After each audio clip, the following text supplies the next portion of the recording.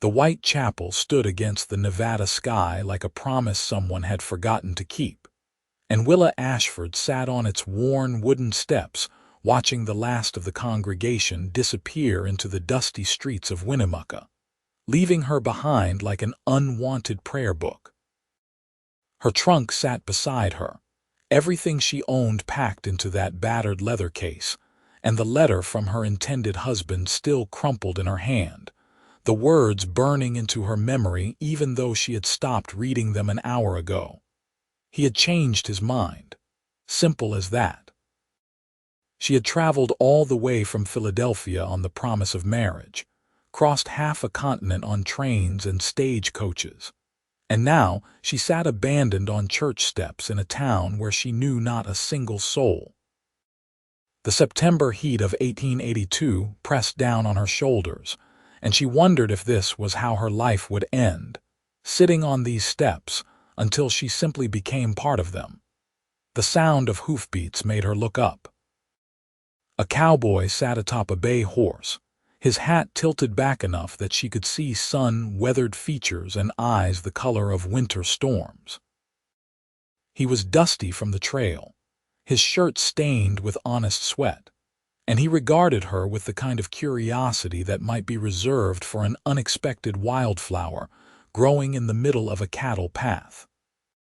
He could not have been much older than 30, with strong hands resting easy on the pommel of his saddle, and the kind of build that spoke of years working under open sky. "Church is over, miss," he said, his voice carrying the slow cadence of someone who had learned that words did not need to be rushed. "I know," Willa replied, clutching her small handbag tighter. She was 22 years old and had never felt more lost in her entire life. The cowboy dismounted with an easy grace, his boots hitting the dusty ground with a soft thud. He tied his horse to the rail and walked closer, stopping a respectful distance away. Up close, she could see the kindness in his face beneath the grime of travel, the way his mouth curved naturally into something that might become a smile if given the chance. "You waiting for someone?" he asked. Willa felt the tears threaten again, but she had cried enough today. "No, not anymore." He studied her for a long moment, and she wondered what he saw. A woman in a traveling dress that had once been fine but now showed the wear of too many days on the road. Brown hair that she had tried to keep pinned properly, but was now escaping in wisps around her face. Green eyes that probably looked as lost as she felt. "Going my way?" he asked, and there was gentleness in the question, as though he understood that she needed somewhere to go even if she did not know where that might be. Willa looked up at him, at this stranger with storm-colored eyes and dusty boots, and felt something break open inside her chest. "I do not know where I am going," she said, and the honesty of it felt like standing naked in the town square. The cowboy nodded as though this made perfect sense. "Well, that is honest at least. I am Preston Fairfield. I run a ranch about 10 miles north of here, not much to look at, but it is home." "Willa Ashford," she managed, "from Philadelphia." "Long way from home," Preston observed. He glanced at her trunk. "And it looks like you planned on staying." The words tumbled out before she could stop them. The whole sorry tale of traveling west to marry a man named Robert Cunningham who had courted her through letters, promised her a new life, sent money for her passage. How she had arrived yesterday to find him married to someone else, apologetic but firm. How he had at least had the decency to pay for a room at the boarding house for one night and give her enough money to get back east. But she had spent the night staring at the ceiling, wondering if going back was worse than staying. Preston listened without interrupting, his expression growing darker as she spoke. When she finished, he was quiet for a moment, then shook his head. "That is a coward's way of doing things. Should have told you before you made the journey." "Yes," Willa agreed simply. There was nothing else to say about it. "You want to go back to Philadelphia?" Preston asked. Willa thought about it, really thought about it. Philadelphia meant returning to her brother's house, to his wife who had barely tolerated her presence, to the pitying looks of neighbors who would whisper about how she had traveled west for a man who had not wanted her. It meant admitting defeat, admitting that she had been foolish enough to believe in promises written on paper. "No," she said. "I do not want to go back." Preston nodded again, that same easy acceptance. "My housekeeper quit last month, ran off to San Francisco with a gambler. I have been doing my own cooking and cleaning, and I am terrible at both. The work is hard and the pay is not much, but you would have a roof over your head and 3 meals a day. I need someone who can keep a house, and you need somewhere to be. Seems like that might work out for both of us." Willa stared at him. "You are offering me work. You do not even know me." "I know you are honest," Preston said. "And I know you are sitting on church steps looking like the world ended, which means you are probably desperate enough to actually stay and do the work instead of running off after a week. Besides, my foreman's wife lives on the property. She can vouch for my character if you need it, and you would not be alone out there with just me." It was insane. Taking work from a stranger, going to a ranch in the middle of nowhere with a man she had just met. But what other choice did she have? She could use Robert's money to go back east, or she could try to find work in Winnemucca, but she had no references here and no family name to recommend her. At least Preston Fairfield was offering honest work, and something in his eyes made her think he meant what he said. "All right," she said, standing up. Her legs were stiff from sitting so long. "I will take the job." Preston's face broke into a genuine smile, and she realized he was actually quite handsome when he smiled. "Good. I will get your trunk. My horse can carry it, and you can ride with me if you do not mind sharing the saddle." Willa had never ridden a horse before, much less shared a saddle with a strange man, but she nodded anyway. Preston hefted her trunk as though it weighed nothing and secured it behind his saddle with practiced efficiency. Then he mounted and reached down a hand to her. "Put your foot on mine and I will pull you up," he instructed. She did as he said, and suddenly she was sitting side saddle in front of him, his arm around her waist to keep her steady. It was shockingly intimate, and she felt her face flush hot. "Hold on," Preston said. And then they were moving, the horse beneath them setting an easy pace down the main street of Winnemucca. People watched them go, and Willa could imagine what they were thinking, but she found she did not care.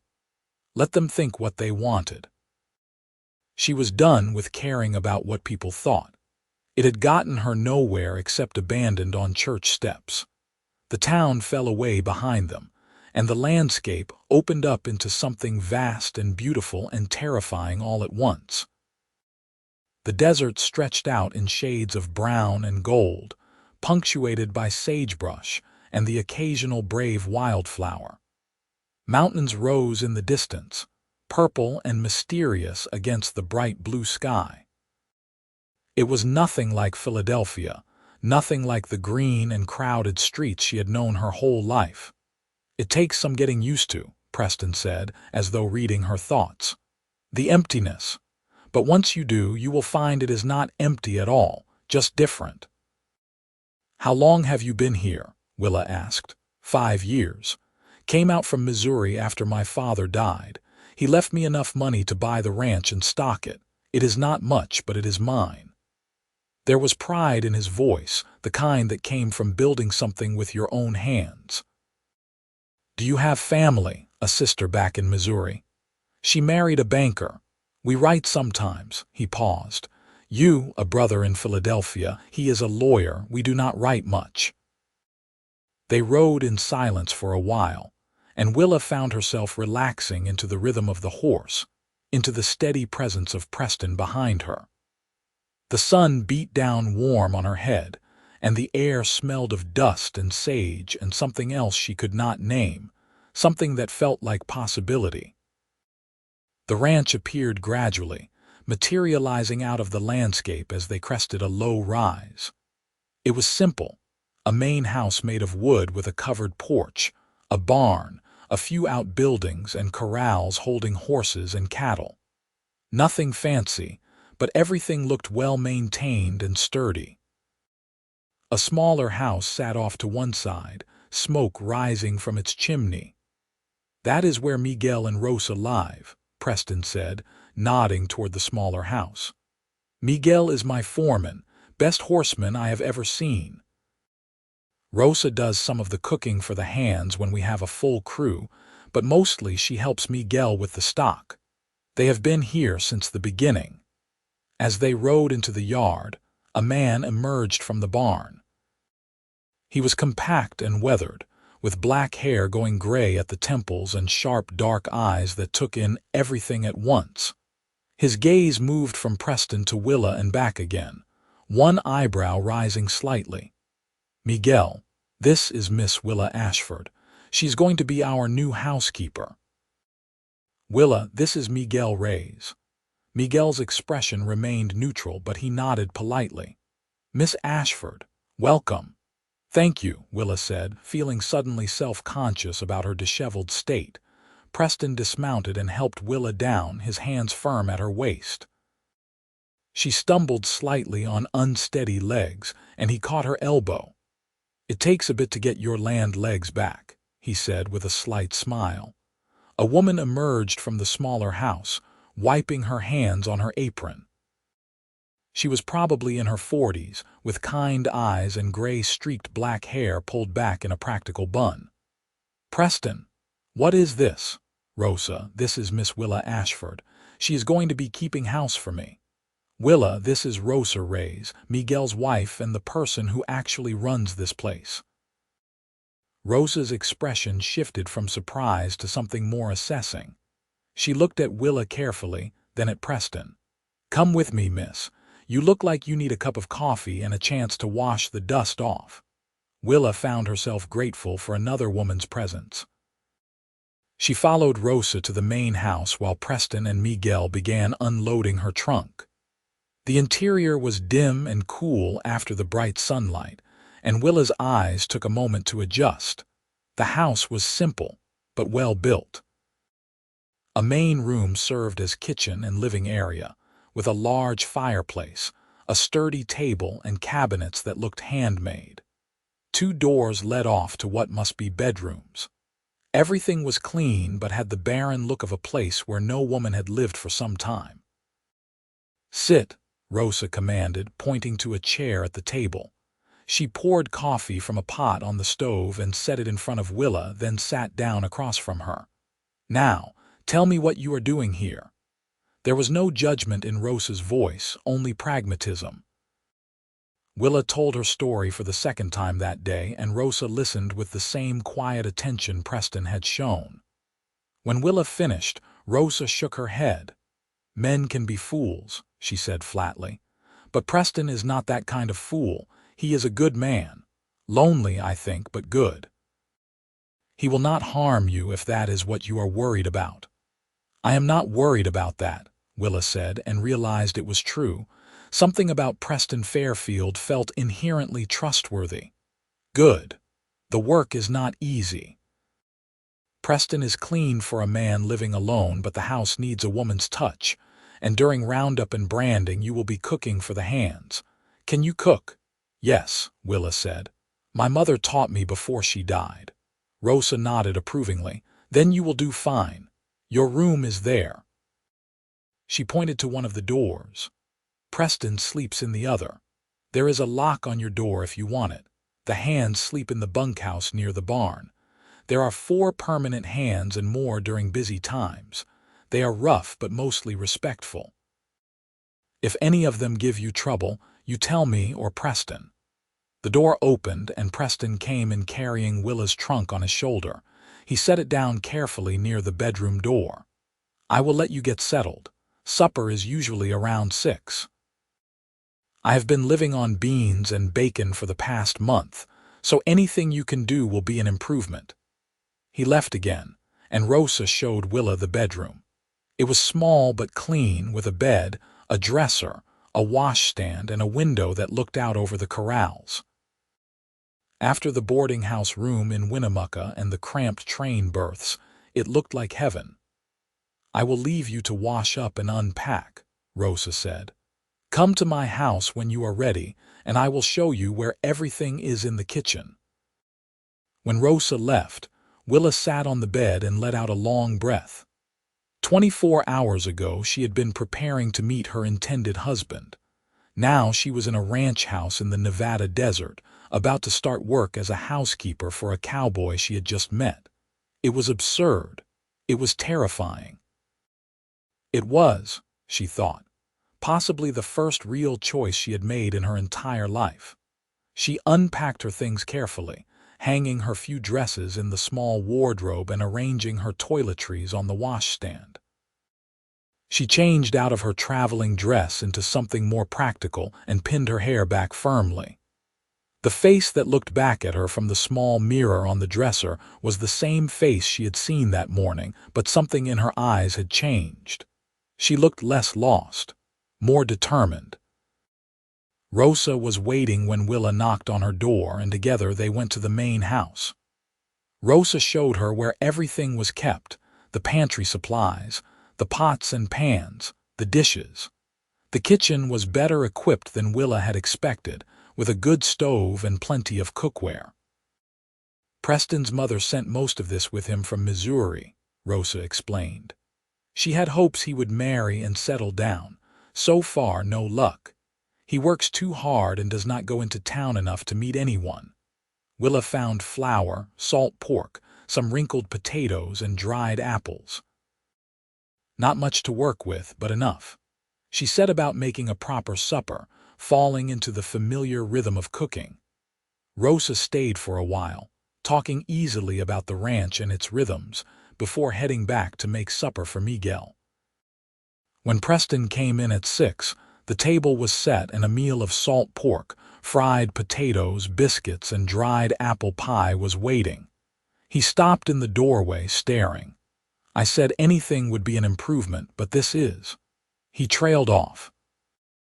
"Sit down and eat before it gets cold," Willa said, surprised at how natural it felt to say it. They sat across from each other at the table, and Preston ate like a man who had been starving. Willa picked at her own food, suddenly nervous. This was the first time they had really been alone together since arriving at the ranch. "This is really good," Preston said after his third biscuit. "Where did you learn to cook like this?"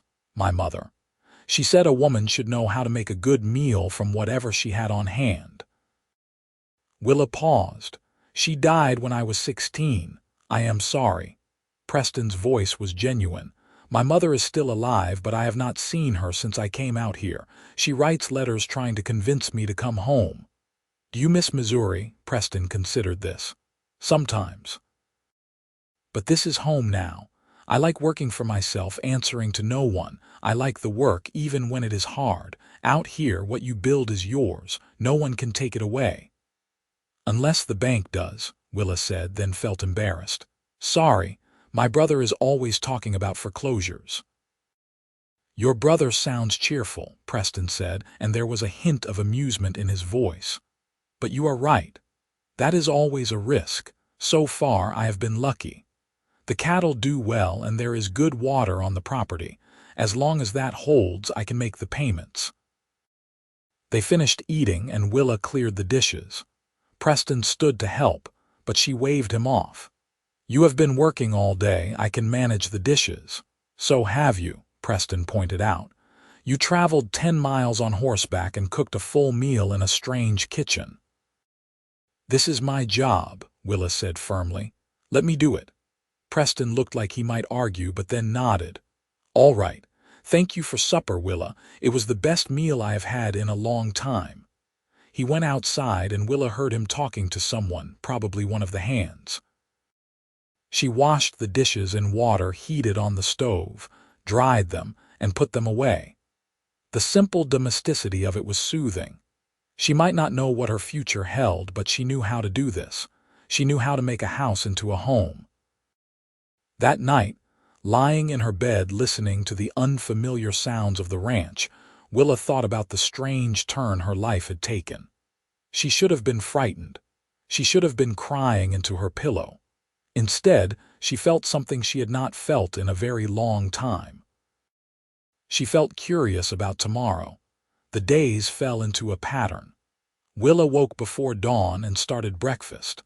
Preston and the hands ate quickly before heading out to work. She spent her mornings cleaning, washing clothes, mending. In the afternoons, she prepared supper and baked bread. Rosa came by often, teaching her about life on a ranch, about the supplies they ordered from town, about the seasonal rhythms of ranching. Preston was gone most days from dawn until dusk, working cattle or mending fence or the 100 other tasks that kept a ranch running. But he came to the table for supper every night, and gradually they began to talk. Not about anything important at first, just the small details of their days. But slowly, carefully, they began to share more. Willa learned that Preston had wanted to be a doctor when he was young, but his family could not afford medical school. That he had worked on other people's ranches for years before buying his own. That he read books in the evenings when he had time, mostly histories and adventures. That he believed in treating his animals well and his workers fairly. Preston learned that Willa had wanted to be a teacher, but women teachers were not allowed to be married in Philadelphia, and her brother had been eager to marry her off. That she loved reading poetry. That she missed the ocean, even though Philadelphia was only on a river. That she had agreed to marry Robert Cunningham, not because she loved him, but because she had wanted her own life, her own home. "You regret it?" Preston asked one evening. They had been talking about her journey west. Coming all this way, Willa thought about it carefully. "I regret trusting someone I did not really know, but I do not regret coming west, not anymore." Something in Preston's expression softened. "I am glad you stayed." The words hung in the air between them, weighted with meanings that neither of them was quite ready to examine. Willa felt her cheeks grow warm, and she stood to clear the dishes, needing something to do with her hands. October came, bringing cooler nights and the busy work of preparing for winter. Preston and the hands brought the cattle down from summer pasture. Willa cooked huge meals for the extra workers they hired for the drive, rising before dawn to make biscuits and beans and strong coffee. It was exhausting work, but satisfying in a way she had never experienced before. She found herself watching Preston more than she should. Watching the easy way he sat a horse, the gentle firmness with which he handled the animals, the respect the hands showed him. He was not a loud man or a boastful one. He led by example, working harder than anyone else, never asking someone to do something he would not do himself. And sometimes she caught him watching her. His gaze would linger on her face as she poured coffee or set down a plate. Once, their hands brushed reaching for the same bowl, and the touch sent electricity up her arm. Preston pulled back quickly, apologizing, but she had seen something in his eyes that made her heart beat faster. One evening in late October, Rosa invited Willa to have coffee with her. They sat in Rosa's warm kitchen while Miguel worked in the barn, and Rosa studied Willa with her sharp eyes. "Preston is in love with you," Rosa said without preamble. Willa nearly dropped her coffee cup. "What? No, I am just his housekeeper." Rosa made a dismissive sound. "I have known that man for 5 years. I have watched women try to catch his eye in town, watched him politely refuse every attempt at matchmaking. He has never looked at any of them the way he looks at you." "How does he look at me?" Willa asked, and her voice came out smaller than she intended. "Like you are water and he has been walking through the desert." Rosa leaned forward. "The question is, how do you feel about him?" Willa set down her cup with shaking hands. "I do not know. I came here running from one man. It would be foolish to fall for another so quickly." "Why?" You did not love the man you were running from, you barely knew him. But Preston, you know Preston, you see him every day, you know his character. What is foolish about that? I am his employee, Willa said weakly. So, he owns the ranch. He can employ whoever he wants and court whoever he wants. Rosa sat back. I am not saying you should throw yourself at him. I am saying you should think about what you want. Life is short, especially out here. If you have feelings for him, do not waste time pretending you do not. That night, Willa lay awake thinking about Rosa's words. Did she have feelings for Preston? When had the tall cowboy with storm-colored eyes become more than just her employer? Was it the first night, when he had listened to her story without judgment? Was it the quiet evenings sharing meals and conversation? Was it the way he always treated her with respect, never presuming, never pushing? She thought about the way her heart lifted when she heard his boots on the porch in the evening. The way she found herself cooking his favorite foods just to see him smile. The way she felt safe here, safer than she had ever felt in Philadelphia with her disapproving sister-in-law and pitying neighbors. She was falling in love with Preston Fairfield. Maybe she had been falling since that first day on the church steps. The realization terrified her and thrilled her in equal measure. November brought the first real cold, and Willa spent her days ensuring there was wood for the fires and hot meals ready when the men came in from the range. Preston worked long hours preparing the ranch for winter, and she often saw weariness in the set of his shoulders when he came in for supper. One evening, he came in later than usual, moving stiffly. Willa had kept his supper warm, and she set it in front of him with concern. "Are you hurt?" she asked. "Just a stubborn calf that did not want to come down from a ridge. I am fine." But he winced as he reached for the coffee. "You are not fine," Willa made a decision. "Eat your supper. Then I am going to look at whatever you did to yourself." Preston looked startled, but he ate obediently. When he finished, Willa heated water and had him show her his shoulder. He pulled off his shirt with obvious reluctance, and she saw the angry bruise spreading across his upper back and shoulder. "What happened?" she demanded. "The calf kicked me into a rock. It is just a bruise." Willa soaked a cloth in warm water and gently cleaned the scrape on his shoulder, then pressed a cool cloth against the bruise. Preston hissed at the contact but did not pull away. "You need to be more careful," she said softly. Her hands were shaking slightly at the intimacy of touching his bare skin, at the warmth of him. "Yes, madam," Preston said, and there was something in his voice that made her look up. He was watching her with an intensity that stole her breath. "Willa," he said quietly, "I need to tell you something." Her heart hammered in her chest. "What?" He stopped, seeming to gather courage. "I know you came here just needing work. I know you are still healing from what that man did to you. But I need you to know that somewhere along the way I stopped thinking of you as just my housekeeper. You have become important to me, very important." Willa's hand stilled on his shoulder. "Preston, I am not asking you for anything," he continued quickly. "I just need you to know. If you ever—" He trailed off, then tried again. "If you ever wanted more than just employment here, I would be honored, but if you do not, I will understand. I will not make things difficult. You will always have a place here no matter what." Willa came around to face him, her heart in her throat. "What are you saying?" Preston looked up at her, and the vulnerability in his eyes made her ache. "I am saying that I love you, Willa Ashford. I think I have loved you since I saw you sitting on those church steps looking lost and brave at the same time. I am saying that if you could ever feel the same way, I would count myself the luckiest man in Nevada."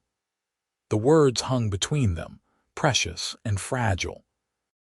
Willa reached out and touched his face, feeling the rasp of stubble under her palm, the warmth of his skin. "I do feel the same way," she whispered. "I was so afraid to admit it, even to myself. But I love you too, Preston." Preston stood up so fast he nearly knocked over the chair. His hands came up to cup her face, his thumbs stroking her cheeks with infinite gentleness. "Can I kiss you?" he asked, his voice rough with emotion. "Yes," Willa breathed, and then his lips were on hers, tender and careful and full of longing. She leaned into him, her hands on his chest, feeling his heart beat as fast as her own. The kiss deepened, and she felt years of loneliness and fear melting away in the warmth of his embrace. When they finally pulled apart, both breathing hard, Preston rested his forehead against hers. "Marry me," he said. "I know it is fast. I know you barely know me, but marry me anyway. I will spend every day of the rest of my life making sure you never regret it." Willa laughed, and it came out half-sob. "This is crazy.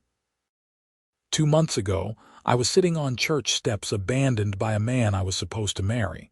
Now I am saying yes to another proposal from a man I have known for 2 months. "Is that a yes?" Preston asked, pulling back to see her face. "Yes," Willa said, and this time she was sure. This time she was choosing with her whole heart. "Yes, I will marry you." Preston kissed her again, harder this time, lifting her off her feet and spinning her around. She laughed against his mouth, feeling young and reckless and happier than she had ever been. They told Rosa and Miguel the next morning. Rosa took one look at their faces and started laughing. "About time," she said. "Miguel owes me $5. I bet him you would be engaged before Christmas." The wedding was set for the first week of December. Willa wrote to her brother, not asking permission but informing him of her decision. Preston wrote to his mother with the same news. They invited the few people they knew in Winnemucca, and Rosa helped Willa make over her best dress into something suitable for a wedding. The weeks before the wedding passed in a blur of preparation and stolen moments. Preston would come in from working and pull Willa into his arms, kissing her until she forgot what she was doing.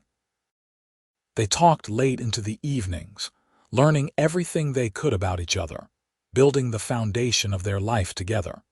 Preston told her about the plans he had for the ranch, about wanting to improve the herd, about maybe adding sheep in a few years.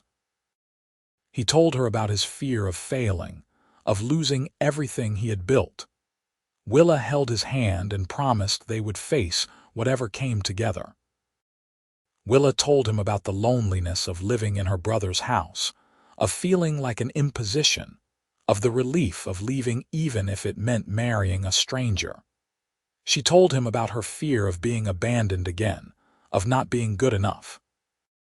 Preston kissed her hands and promised he would never leave, that she was more than good enough, that she was everything. The wedding took place in the same white chapel where Preston had found her. Willa walked down the aisle in her remade dress, carrying wildflowers that Rosa had somehow found even though it was December. Preston stood at the front in his best suit, his eyes bright with emotion as he watched her approach. The ceremony was simple. They spoke their vows in steady voices, promising to love and honor and cherish. When the preacher pronounced them married, Preston kissed her with a reverence that made Willa's eyes sting with happy tears. The celebration afterward was held at the ranch. Rosa and Miguel had organized a feast, and the hands had decorated the barn with lanterns and ribbons. Someone had a fiddle, and there was dancing.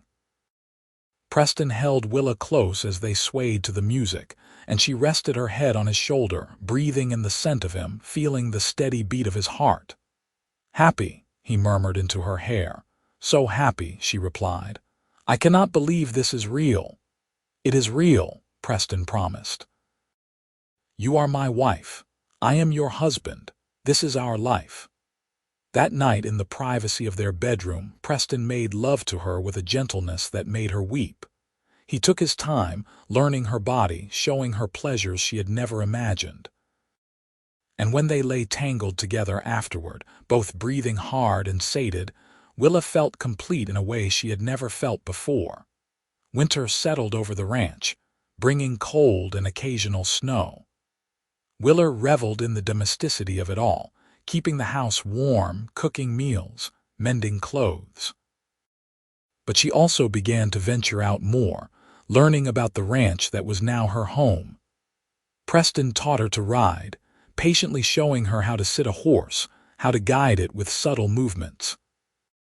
She was not a natural rider, but she was determined, and eventually she could ride well enough to accompany him on shorter trips around the property. She learned to recognize the different cattle, to spot when an animal was sick or injured. She learned the names of all the hands and something about each of their lives.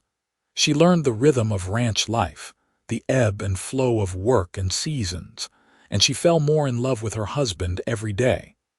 Preston was steady and kind and hardworking. He made her laugh with his dry humor. He held her when she woke from nightmares about being abandoned. He kissed her goodbye every morning and hello every evening. He looked at her like she was the most precious thing in his world. Christmas came, and they exchanged simple gifts. Preston gave her a beautiful set of hair combs made from silver, clearly expensive. Willa gave him a new shirt she had sewn herself, embroidered with his initials. They spent Christmas Day with Rosa and Miguel, eating too much and laughing at Miguel's stories about Preston's early days on the ranch when he had not known which end of a cow did what. "He has learned a lot," Miguel said, raising his glass in a toast, "about cattle and about life." "To learning," Preston agreed, looking at Willa with such love that she felt her cheeks flush. January brought bitter cold and a blizzard that kept everyone inside for 3 days. Willa and Preston spent the time mostly in bed, talking and making love and planning their future. When the storm finally broke and Preston went back to work, Willa found herself missing him with an intensity that surprised her. In February, Willa realized she was pregnant. She was terrified and elated in equal measure. She told Rosa first, needing another woman's confirmation, and Rosa hugged her tight. "Preston will be so happy," Rosa said. "He has wanted a family since I have known him." Willa told him that evening after supper. She had been nervous all day, but when she finally said the words, Preston's face lit up with such pure joy that all her fears melted away. "A baby," he said, his voice full of wonder. "We are having a baby." "Yes," Willa confirmed, and then she was in his arms, both of them laughing and crying at once. Preston became even more protective after that, worrying if she worked too hard, insisting she rest more. Willa found it endearing and exasperating in turns. But she also loved seeing him prepare for their child, building a cradle in the evenings, talking about the future with a new excitement. Spring came, bringing new calves and longer days. Willa's belly began to swell with their child, and she felt the first flutters of movement in May. Preston would put his hand on her stomach in the evenings, marveling at the life growing inside her. "I love you," he would say, over and over. "I love you both so much." Summer arrived hot and bright. Willa moved more slowly now, heavy with child. Rosa came by daily to check on her, and Preston arranged the work schedule so he was never far from the house. He worried, she knew, about something going wrong, about losing her or the baby. She held his hand and promised she would be fine, that women had been having babies since the beginning of time. In late August, Willa's pains began. Rosa came immediately, and Miguel rode to town for the doctor. Preston paced outside like a caged animal while Willa labored inside. It was hard, harder than she had imagined, but Rosa was there, coaching her through it, and she held onto that steady presence. "Push," Rosa commanded, and Willa pushed with everything she had. And then suddenly the pressure released and she heard the most beautiful sound in the world. Her baby crying, loud and indignant. "A boy," Rosa announced, smiling. "You have a son." Preston burst through the door, ignoring Rosa's protests about propriety. He came to the bed where Willa lay exhausted and triumphant, their son wrapped in a blanket in her arms. "He is perfect," Preston whispered, touching the baby's tiny hand with one finger. "You are amazing. Thank you. Thank you for him." Willa smiled up at her husband, at this man who had asked if she was going his way when she had not known where she was going. "We should name him after your father," she said. "No," Preston said firmly. "We should name him something new, something that is just his." They decided on William after Willa's father, with the middle name Thomas after Preston's. Little William Fairfield had his mother's green eyes and his father's dark hair, and from the moment he entered the world, he owned both their hearts completely. The first months were exhausting. William was a good baby, but he still needed feeding every few hours, and Willa stumbled through her days in a haze of sleeplessness. Preston helped as much as he could, walking William in the evenings when he fussed, changing him, singing him off-key lullabies that somehow worked. Watching Preston with their son made Willa fall in love with him all over again. He was such a gentle father, patient and tender, marveling at every small milestone. When William smiled for the first time, Preston nearly cried.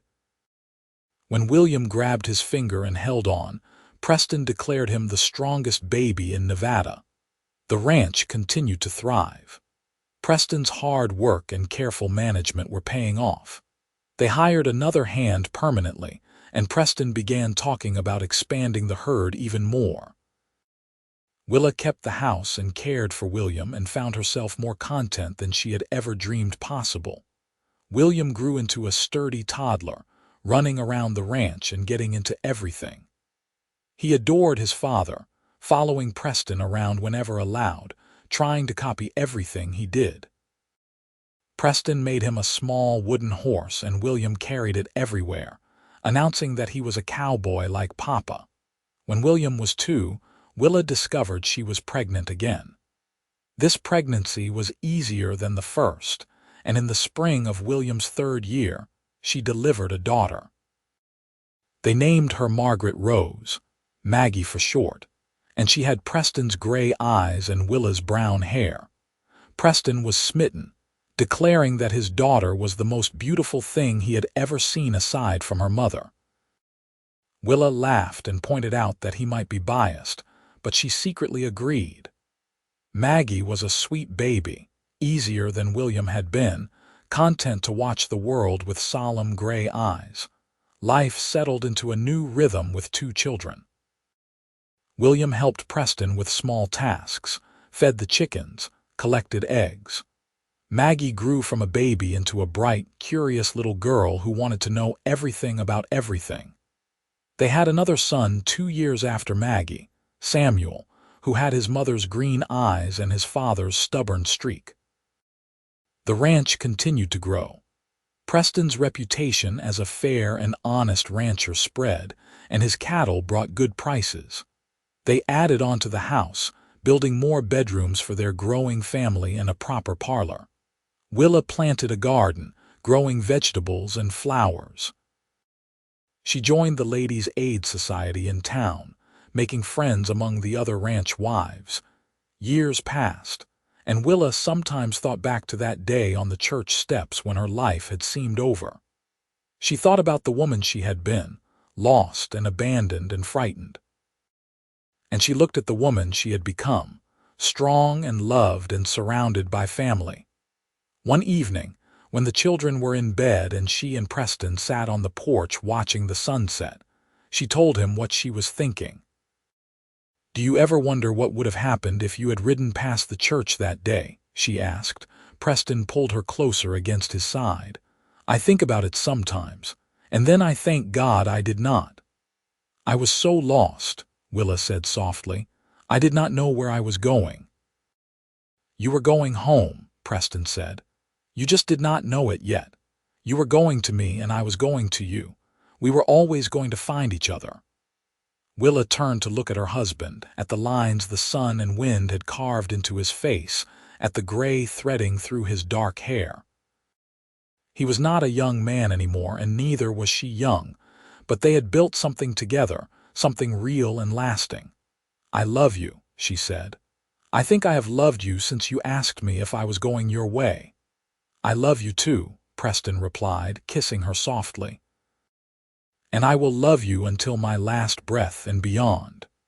They sat together as the sun sank below the horizon, painting the Nevada sky in shades of gold and pink and purple. Inside, their children slept safe and warm. Around them, the ranch they had built together stood solid and prosperous. And in the distance, the same mountains that had seemed so mysterious and frightening 15 years ago now felt like old friends, watching over them. Willa thought about the letter still tucked away in her trunk, the one from Robert Cunningham apologizing for changing his mind. She had kept it, not out of bitterness but as a reminder that sometimes the worst things that happen to you lead to the best things, that being lost is sometimes the first step to being found, that the answer to "going my way" can change your entire life, even when you do not know where you are going. As the stars began to appear in the darkening sky, Preston stood and offered Willa his hand. "Come on, Mrs. Fairfield, let us go to bed." Willa took his hand, as she had taken it that first day on the church steps, trusting him to lead her somewhere safe. And as they walked into their house, their home, filled with the sound of their children breathing softly in sleep, Willa knew that she had found exactly where she was meant to be. The years continued to pass, each one bringing its own joys and challenges. William grew into a strong young man who loved the ranch as much as his father did. Preston taught him everything about running cattle, about managing land, about treating people fairly. By the time William was 18, he could handle most aspects of the ranch operation himself. Maggie was their scholar, always with her nose in a book. She wanted to be a teacher, and Preston and Willa supported her dream, even though it meant sending her to San Francisco for normal school when she was old enough. It was hard to see her go, but they were proud of her determination. Samuel was their adventurer, talking about seeing the world beyond Nevada. He wanted to travel east, maybe even sail to Europe. Preston understood that restlessness, that need to know what lay beyond the horizon, and he promised Samuel they would help him when the time came. 2 more children followed Samuel, twin girls born when Willa was nearly 40. She had been terrified during that pregnancy, knowing the risks, but Rosa was there, and the town doctor, and most importantly, Preston was there, holding her hand and telling her she could do anything. The girls, Catherine and Elizabeth, were identical except for a small birthmark on Catherine's shoulder. They were bright and mischievous, keeping everyone on their toes. Miguel and Rosa became like grandparents to the children, teaching them Spanish words and telling them stories. Miguel taught all the boys to ride and rope, while Rosa taught the girls to cook and garden. The ranch felt less like a business and more like a community, a place where family and friends lived and worked together. Preston and Willa celebrated their 20th wedding anniversary in the same church where they had married. Their children gathered around them, along with friends from town and neighboring ranches. The preacher who had married them was retired now, but he came back to bless their marriage again, his voice quavering but strong. 20 years ago, I married 2 people who barely knew each other, he said. Today, I bless a marriage that has become a testament to love and faith and perseverance. May you have 20 more years together, and 20 after that. At the party afterward, held in the barn just like their wedding reception, Preston pulled Willa into his arms for a dance. She went willingly, fitting against him as naturally as breathing after 20 years. "Do you remember what I asked you on the church steps?" Preston murmured. "You asked if I was going your way," Willa replied, smiling up at him, "and you said you did not know where you were going." "I was wrong," Willa said softly. I was going exactly where I needed to be. I was going home to you. Preston kissed her there in front of everyone, and their children groaned good-naturedly while their friends applauded. When they pulled apart, both laughing, Willa saw Miguel raise his glass in a toast. To Preston and Willa, he called out. May they have many more years of love and happiness. To Preston and Willa, everyone echoed, and the barn filled with the sound of celebration. More years passed. William married a girl from town, a rancher's daughter named Sarah, and they built a small house on the edge of Preston and Willa's land. Soon, grandchildren arrived, and Preston and Willa found themselves starting all over again with babies, though this time they could hand them back when they got fussy.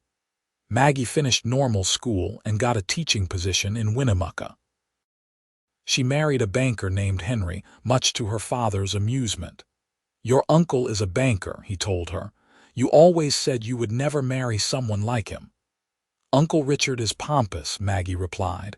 Henry is kind. There is a difference. Samuel did travel east, working on ships and sending letters from exotic locations. He eventually settled in New York, becoming a journalist. His letters were full of stories about the big city, and when he came home for visits, he entertained the younger children with tales of skyscrapers and electric lights and automobiles. The twin girls grew up close as two people could be. They worked together on the ranch, both of them taking after their father with an instinct for animals and land. Neither of them showed any interest in marriage, and Preston and Willa did not push. They were happy, and that was all that mattered. Preston's hair went completely gray, then white. His hands became gnarled with arthritis, though he still worked every day. Willa's face lined with wrinkles, her hair silvered. But when they looked at each other, they still saw the people they had been that day at the church, young and hopeful and brave. On their 30th anniversary, they took a trip to San Francisco, just the two of them. They stayed in a fine hotel and ate in restaurants and went to the theater. It was strange being away from the ranch, but it was also wonderful to have time alone together without the demands of family and work. One evening they walked along the waterfront, watching the ships in the harbor. Willa breathed in the salt air, remembering how she had told Preston she missed the ocean. "Thank you for this," she said, squeezing his hand. "Thank you for 30 years, Preston replied. "Thank you for saying yes when I asked you to marry me after knowing you for 2 months. Thank you for building a life with me. Thank you for our children. Thank you for everything." Willa felt tears prick her eyes. "You saved me, you know, that day at the church. I was so lost and you saved me."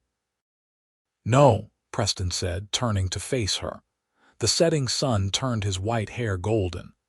"We saved each other. I was lonely before you came. I had the ranch, but I did not have a home. You gave me that. You gave me everything." They kissed there on the waterfront. Two old people who had loved each other for 30 years and would love each other until the end. And when they returned to Nevada, to their ranch and their family, they both felt grateful for every moment, every year, every breath they had shared. Time continued its inexorable march. Preston began to slow down, his body finally rebelling against decades of hard work. He turned more of the ranch operations over to William, though he still insisted on riding out each morning to check on things. Willa worried, but she knew better than to try to stop him. The ranch was in his blood, as much a part of him as his heart or lungs. They celebrated their 40th anniversary quietly, just family gathered around the dinner table.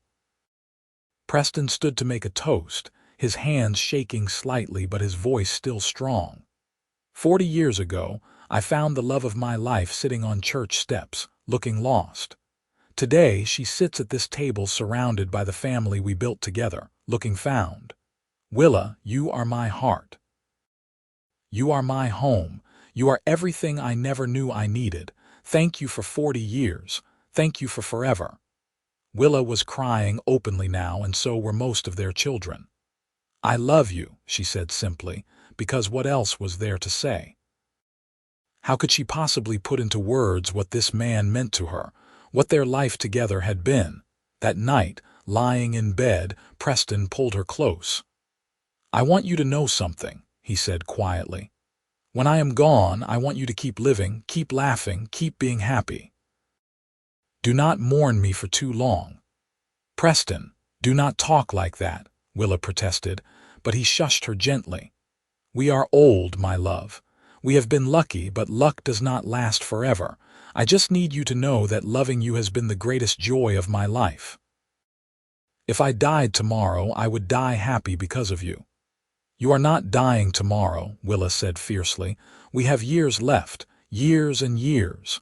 Preston kissed her forehead. "I hope so, but just in case I needed you to know." They had 5 more years. 5 years of watching grandchildren grow, of seeing William take over the ranch completely, of quiet evenings on the porch. 5 years of holding hands and stealing kisses and being grateful for every day. Preston died on a bright spring morning, slumping over at the breakfast table. Willa was there, catching him as he fell, holding him as his breath stuttered and stopped. The doctor said it was his heart, that he had gone quickly without pain. But all Willa could think was that her heart had stopped too, that the man who had asked if she was going his way had gone somewhere she could not follow. Not yet. The funeral was huge. People came from all over, ranchers and townspeople and old hands who had worked for Preston over the years. They told stories about his fairness, his kindness, his integrity. They talked about how he had built something lasting, not just a ranch but a legacy. Willa stood at the graveside, her children around her, and watched them lower Preston's coffin into the ground. She thought about that day 45 years ago when a dusty cowboy had stopped his horse and asked if she was going his way. She had not known where she was going, but he had shown her. He had given her a direction, a purpose, a home. She missed him with an intensity that felt like dying herself. But she also knew he was right. She had to keep living, had to honor what they had built together. So she went back to the ranch, to the house they had shared, to the life they had created. The years after Preston's death were hard, but Willa survived them. She had her children and grandchildren around her. She had the ranch, which thrived under William's management. She had memories, so many memories of a man who had loved her completely. And sometimes, sitting on the porch at sunset, she could almost feel Preston beside her, his hand in hers, his voice in her ear. "I love you," he would say, as he had said so many times. "I love you, Willa Fairfield." "I love you too," she would whisper back to the empty air. "I love you forever." Willa lived another 8 years after Preston died, long enough to see great-grandchildren born, long enough to see the ranch continue to prosper. She died peacefully in her sleep at age 75, in the bed she had shared with Preston, in the house they had made together. They buried her next to her husband in the cemetery outside Winnemucca. The headstone was simple. Preston Fairfield, 1852–1927, and Willa Ashford Fairfield, 1860–1935, beloved husband and wife, together forever. And on summer evenings, when the light slanted golden across the land, some people swore they could see 2 figures on the porch of the old Fairfield ranch house. A tall man with storm-colored eyes and a woman with a gentle smile, sitting side by side, hands entwined, watching the sunset over the land they had loved. The story of Preston and Willa became part of Winnemucca's history, told and retold until it became legend. The story of how a cowboy found a lost woman on church steps and asked if she was going his way. How she did not know where she was going, but she went with him anyway. How they fell in love and built a life and a family and a legacy that lasted generations. Their children kept the ranch going, and their children after them. The Fairfield Ranch became known as one of the best in Nevada, a place where cattle thrived and families prospered. And every generation told their children the story of how it all began, with a simple question on a hot September day in 1882. "Going my way?" Preston had asked. "I do not know where I am going," Willa had replied. But in the end, she had been going exactly where she needed to be, toward love and home and happily ever after. She had been going toward the man who would become her whole world, toward the life she was meant to live, toward the happiness she deserved. And they had gone that way together, hand in hand, for 45 beautiful years. It was more than enough. It was everything.